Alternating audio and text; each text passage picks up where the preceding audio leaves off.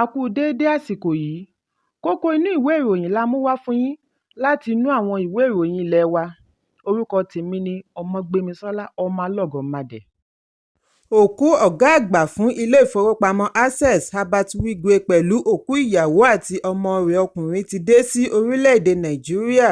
Òkú wọ̀nyí dé sí pápákọ̀ òfurufú ìlú Port Harcourt láti orílẹ̀-èdè United States lánàá ọjọ́ Ẹtì.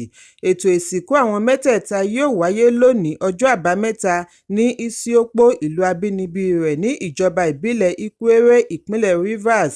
Wigwe, ìyàwó àti ọmọkùnrin rẹ̀ pẹ̀lú Abímbọ́lá Ògúnbànjọ tí í ṣe alága àná fún Nigerian Exchange Group PLC ni wọ́n jọ di olóògbé nínú ìjàmbá ọkọ̀ òfurufú tí ó wáyé ní ẹnu ibodè Nevada àti California ní orílẹ̀-èdè United States ní oṣù tí ó kọjá. Láti ìgbà náà ni oríṣiríṣi ọ̀rọ̀ ìyànjú ti ń wáyé fún Wigwe bí àwọn olùbánikẹ́dùn ṣe ń ṣe ìrántí iṣẹ́ rere ìgbà ayé rẹ̀. Ikọ̀ ọlọ́pàá ìpínlẹ̀ Rivers ti wá ṣèlérí láti pèsè ààbò tó péye síwájú ìsìnkú olóògbé Wigwe, ìyàwó pẹ̀lú ọmọkùnrin rẹ̀. Alukoro ọlọ́pàá ìpínlẹ̀ SP Grace Iringe Koko ní àwọn ṣètò ààbò tó nípọn yìí nítorí èròǹgbà iye èrò tí yóò kóra jọ fún ẹ̀yẹ ìkẹyìn láti orígun mẹ́rin àgbáláyé. Ó ní gbogbo ẹ̀ka iléeṣẹ́ ọlọ́pàá ni wọ́n ti darí òṣìṣẹ́ àjọ ọ̀tẹlẹ̀múyẹ́ SID undercover pẹ̀lú tactical unit náà gbẹ̀yìn láti pèsè ààbò tó péye. Ikọ̀ ọlọ́pàá ìpínlẹ̀ Rivers wá rọ ìbáṣepọ̀ àwọn olùgbé àti àlejò kí wọ́n ní ìfọwọ́sowọ́pọ̀ pẹ̀lú àwọn agbófinró kí wọ́n sì tẹ̀lé gbogbo ìlànà àti àṣẹ wọn.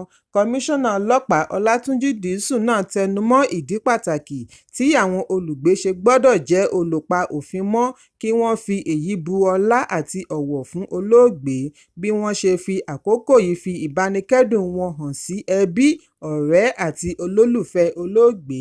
Ẹ̀kúnrẹ́rẹ́ ìròyìn yìí wà nínú ìwé ìròyìn The Nation tó jáde lónìí.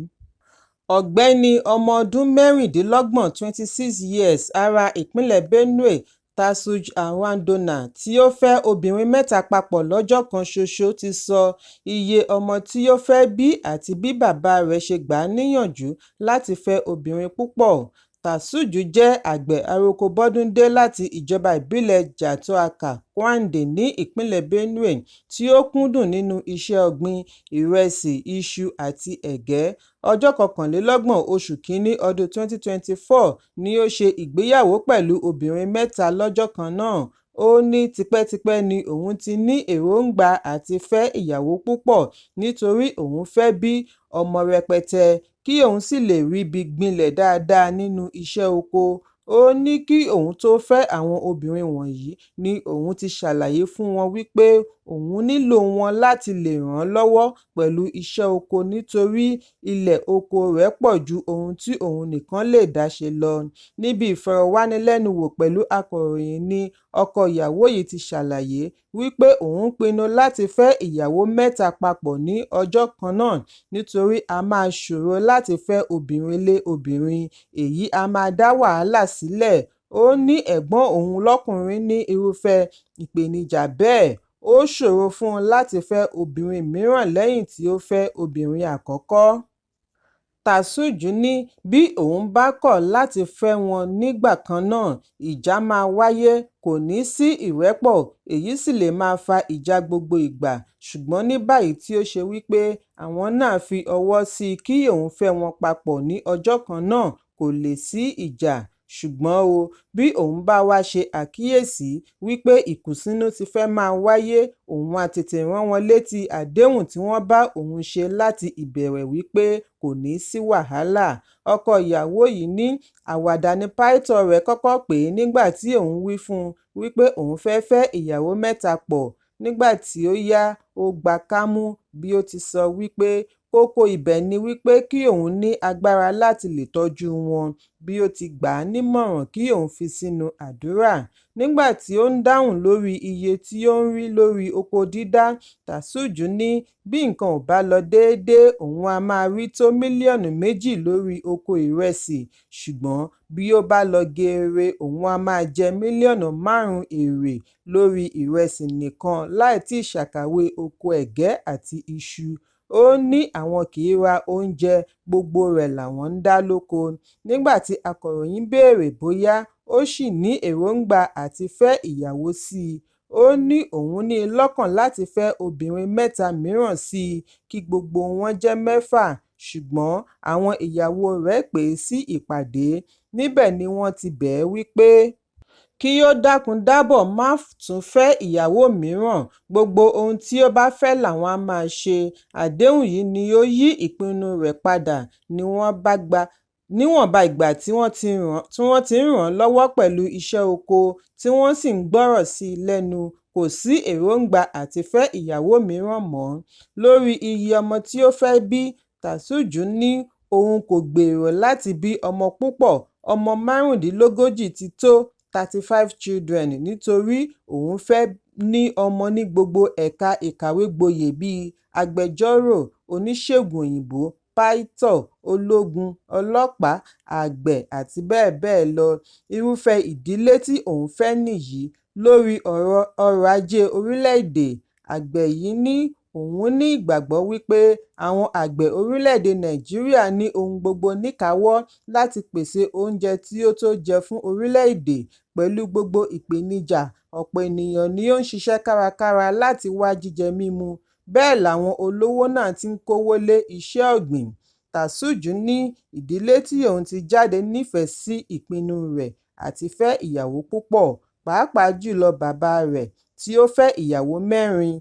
Ó ní ọmọ 24 ni bàbá òun bí, lára wọn ni agbẹjọ́rò, ọlọ́pàá, àgbẹ̀, òṣìṣẹ́ NSCDC àti ológun. Irúfẹ́ ìdílé bẹ́ẹ̀ ni òun fẹ́, kódà kí ó tún ju ti bàbá òun lọ.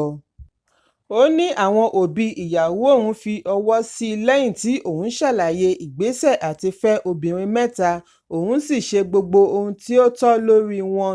Ẹbí ìyàwó àkọ́kọ́ gba 350,000 naira lẹ́yìn tí wọ́n ti ra gbogbo ohun tí wọ́n béèrè. Ẹbí kejì gba 300,000 naira pẹ̀lú àwọn ẹ̀bùn mìíràn. Ẹbí ìyàwó kẹta fẹ́ẹ́ gbà tó 500,000 naira nítorí òun ni ó kàwé jùlọ láàrin wọn. Ó ní òun kò kábàámọ̀ láti ìgbà tí òun ti fẹ́ wọn sílé, ohun gbogbo ń lọ déédéé, ẹni bá wá sílé òun á ṣe bí ìbẹ́ta ni wọ́n ni. Ó ní òun ń ṣe déédéé láàrin wọn, àwọn náà kì í sì kọjá àyè wọn, kò sí ìdí fún wọn láti jà nítorí gbogbo ohun tí wọ́n fẹ́ ni òun ń pèsè. Nígbà tí akọ̀ròyìn béèrè bí Tàsújù ṣe ń pín oorun láàrin àwọn ìyàwó rẹ̀, ó ní ọ̀sẹ̀ kan gbáko ni òun ń lò pẹ̀lú ìyàwó kọ̀ọ̀kan. Lẹ́yìn ọ̀sẹ̀ 3, òun á tún bẹ̀rẹ̀ padà lórí ìyàwó kìíní. Nígbà tí akọ̀ròyìn bi àwọn ìyàwó ìdí tí wọ́n ṣe gbà láti fẹ́ ọkọ kan náà, wọ́n ní èyí fi wọ́n lọ́kàn balẹ̀ wípé kò ní yànlè. Bákan náà, wọ́n ní ìdílé wọn jẹ́ ìdílé tí ó kún fún oúnjẹ lóríṣiríṣi, kódà àwọn tí ń sanra láìpẹ́ ọjọ́. Ìyàwó àkọ́kọ́ ní ìgbádùn tí òun kò rí ní ilé òbí òun ni òun ń jẹ nílé ọkọ. Ọ̀rọ̀ pọ̀ nínú ìwé Kókó. Ẹ̀kúnrẹ́rẹ́ ìròyìn yìí wà nínú ìwé ìròyìn Punch tó jáde lónìí. Láàárín ìṣòro ọrọ̀ ajé àti ọ̀wọ́ngógó tó ń lọ lórílẹ̀-èdè, Ọgbà Ìwà Àtúnṣe Nigeria Correctional Service (NCS) ti sọ wípé àwọn kò ní ṣe àdínkù sí oúnjẹ tàbí ìgbáyégbádùn àwọn ẹlẹ́wọ̀n gẹ́gẹ́ bí wọ́n ti ṣàlàyé rẹ̀ sórí ẹ̀rọ alátagbà NCS. Àpapọ̀ iye àwọn ẹlẹ́wọ̀n jẹ́ 78,629. 23,896 nínú wọn ni ó ti gba ìdájọ́ nígbà tí 53,706 yòókù ṣì ń retí ìdájọ́. Gẹ́gẹ́ bí ìṣúná owó fún ọdún 2024, NCS yóò ná $24.5 million lórí oúnjẹ àti ohun èlò. Ọjọ́ keje oṣù kejìlá ọdún 2023 ni ọ̀gá àgbà yányán fún NCS Erena ṣe àfihàn níbi ìgbìmọ̀ ilé aṣòfin wípé ọgbà ìwà àtúnṣe ń ná Ẹgbẹ̀rin náírà (800) lójúmọ́ láti fi bọ́ ajá kọ̀ọ̀kan nínú ọgbà ìwà àtúnṣe, nígbà tí wọ́n ya N750 péré sílẹ̀ láti fi bọ́ ẹlẹ́wọ̀n, tí ó ṣe wípé ọ̀pọ̀lọpọ̀ wọn ló ń retí ìdájọ́. Èyí túmọ̀ sí N250 owó oúnjẹ ìjókòó kan. Nababa fìdí ẹ̀ múlẹ̀ wípé NCS dá lábàá láti ṣe àlékún owó àwọn ẹlẹ́wọ̀n sí N3,000 (3,000) lójúmọ́. Àwọn sì ti ṣe àgbékalẹ̀ rẹ̀ fún Mínísítà Abẹ́nú Olúbùnmi Túnjí-Òjó. Ní ìgbà náà, owó náírà sí dọ́là ṣì wà ní N1,200, ṣùgbọ́n ní báyìí tí pàṣípààrọ̀ owó náírà ti wọ N1,600 sí dọ́là kan. Ọ̀sẹ̀ tí ó kọjá ní àwọn ẹlẹ́wọ̀n nínú ọgbà ìwà àtúnṣe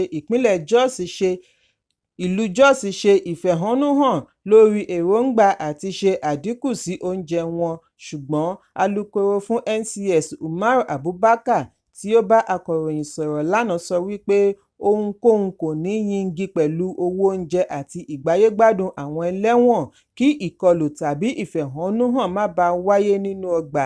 Nígbà tí akọ̀ròyìn béèrè bí wọ́n ṣe ń kópa pẹ̀lú ọ̀wọ́ngógó oúnjẹ, Abubakar ṣàlàyé wípé kò sí àní-àní wípé àwọn kò rí fìrífìrí ọrọ̀ ajé tó doríkodò, kò sì yọ ọgbà ìwà àtúnṣe sílẹ̀, ṣùgbọ́n síbẹ̀ àwọn kò gbọdọ̀ fi ọ̀rọ̀ oúnjẹ wọn ṣeré kí èyí má bàa dá nǹkan mìíràn sílẹ̀. Ó ní ohun àkọ́kọ́ tó lè yọrí sí fàákájà nínú ọgbà ìwà àtúnṣe ní àìsí oúnjẹ. Alámòójútó ọgbà ìwà àtúnṣe gidi gbọ́dọ̀ rí i dájú wípé òun bójútó ohun èlò àfojúrí physical needs bíi oúnjẹ, ilé gbígbé, ìlera, àǹfààní sí ilé ẹjọ́ àti ìmọ́tótó kí àlàáfíà lè jọba nínú ọgbà. Abubakar ní ṣíṣe àmójútó oúnjẹ wọn jẹ́ àmójútó fún orílẹ̀-èdè. Ó ní èyí lè dá rúdurùdu sílẹ̀ bí wọn kò bá ṣe àmójútó rẹ̀ dáadáa. Owó oúnjẹ ti gbówó lórí gọbọi, àwọn sì ń gbìyànjú àti bá ìní àwọn ẹlẹ́wọ̀n pàdé nípa ti oúnjẹ. Fún ìdí èyí, ọ̀gá àgbà yányán Erena ti kọ̀wé sí àwọn aláṣẹ tí ọ̀rọ̀ kàn láti ṣe àlékún àgbéyẹ̀wò owó oúnjẹ àwọn ẹlẹ́wọ̀n. Ó ní àwọn ti ké sí àwọn olóúnjẹ wọn kí wọ́n máa lọ ra oúnjẹ láti inú oko tààrà kí owó rẹ̀ má bàa ga ju ara lọ. Ẹ̀kúnrẹ́rẹ́ ìròyìn yìí wà nínú ìwé ìròyìn Punch tó jáde lónìí. Ọ́fíìsì Ààrẹ orílẹ̀-èdè Nàìjíríà ti fi ìkíni kú oríire ránṣẹ́ sí afẹ̀ṣẹ́kù-bí-òjò Anthony Joshua bí ó ṣe fẹ̀ṣẹ̀ ya páárì Francis Ngannou. Amúgbálẹ́gbẹ̀ẹ́ ààrẹ lórí ìròyìn àti ọgbọ́n inú Báyọ̀ Ọ̀nànúgà sọ wípé ó ṣeéṣe kí Joshua kojú Tyson Fury àti Alexander Usyk lẹ́yìn èyí. Joshua fi ẹ̀yìn ọmọ ilẹ̀ Cameroon yìí gbolẹ̀ nínú ìpele àkọ́kọ́ pẹ̀lú akọ ìgbájú láti ọwọ́ òsì. Lẹ́yìn náà ni ó gba ìkúùkù nínú ìpele kejì. Ngannou rọ́jú dìde ṣùgbọ́n lójú ẹsẹ̀ ni ẹ̀ṣẹ́ ńlá mìíràn dá padà sílẹ̀ kí rẹfirí tó dá ìdíje dúró. Lórí ẹ̀rọ abánidọ́rẹ̀ẹ́ X ni Ọ̀nànúgà ti kọ wípé ó kú oríire Anthony Joshua tí wọ́n tún mọ̀ sí AJ lórí bí ó ṣe na Francis Ngannou ní àlùbọ́lẹ̀ nínú ìpele ẹlẹ́ẹ̀kejì ìdíje tí ó wáyé ní Riyadh. Lẹ́yìn ìdíje yìí ni AJ fi ọ̀rọ̀ ránṣẹ́ lórí ẹ̀rọ ayélujára wípé ohun tí òun ṣe àkíyèsí ni wípé ìgbé ayé a máa yí padà bí ènìyàn bá pàdánù, ṣùgbọ́n bí ènìyàn bá gbégbá orókè yóò bọ́ sí ìpele tí ó kàn. Èyí ń wáyé bí ìlúmọ̀ọ́ká ìràwọ̀ olórin Afrobeat Davido ṣe fi olórin tàkasúfèé ọmọ ilẹ̀ Canada Drake ṣe yẹ̀yẹ́ lẹ́yìn tí ó pàdánù £478,000 sí tẹ́tẹ́ tí ó ní Francis Ngannou yóò na Anthony Joshua níbi ìdíje ẹ̀ṣẹ́ tí ó wáyé lánàá. Davido lọ sórí ẹ̀rọ abánidọ́rẹ̀ẹ́ Drake láti lọ fèsì fún un wípé owó rẹ̀ ti wọgbó, "Your ticket don cut". Síwájú ìjà yìí ni Davido ti ṣe àfihàn àtìlẹ́yìn rẹ̀ fún Anthony Joshua nítorí wọ́n jọ jẹ́ ọmọ orílẹ̀-èdè kan náà.